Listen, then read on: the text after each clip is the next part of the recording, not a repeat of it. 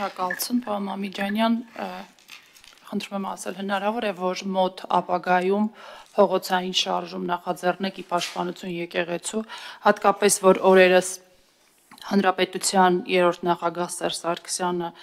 մասնավորապես հայտարարեց, որ վեհափառ հայրապետը կես բառ ասի ցանկացած եկեղեցում Հայաստանի Հանրապետության ցանկացած կետում մենք պատրաստ ենք այնտեղ կանգնել եկեղեցու դեմ հալածանքները միայն ու միայն ուժեղացնում են եկեղեցուն, ականատեսը կլինենք ի պաշտպանություն եկեղեցու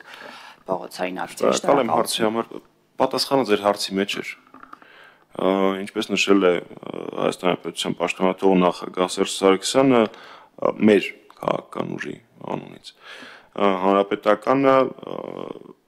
ոչ թե սպասում է, այլ ենթարկվում է վեհափառ հայրապետի հորդորը շատ մեծ բան է, ընդամենը մեկ կամ արտահայտմանը։ Մենք պատրաստ կլինենք պաշտպանել մեր եկեղեցին փողոցում, քաղաքական հարթակներում, միջազգային կապերով, տեղեկատվական աջակցությամբ, ձեր հարցը փողոցին է վերաբերվում, այո, կլինենք։ Հետևաբար, խնդրում եմ հարցը շատ ճիշտ ընկալել պատասխանը։ Սա չի նշանակում պատասխանատվության տեղափոխում։ Ուղղակի հաշվի առնելով եկեղեցու նվիրական արժեքը, հաշվի առնելով, որ որոշ հրաշքների մտքով երբևէ չանցնի, որ այ դուք դա քաղաքական դիվիդենդի համար եք անում, մենք խոնարհաբար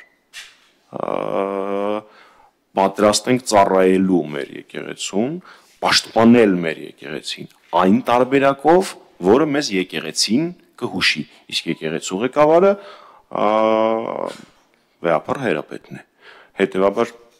ձեր հարցի մեջ պատասխանը կար, եթե եկեղեցին, եթե վեհափառ հայրապետը համարի, որ այդ թվում նաև փողոցային ակցիաների միջոցով անհրաժեշտ է պաշտպանել մեր եկեղեցին, հանրապետականը կլինի ամենավտանգավոր տեղում։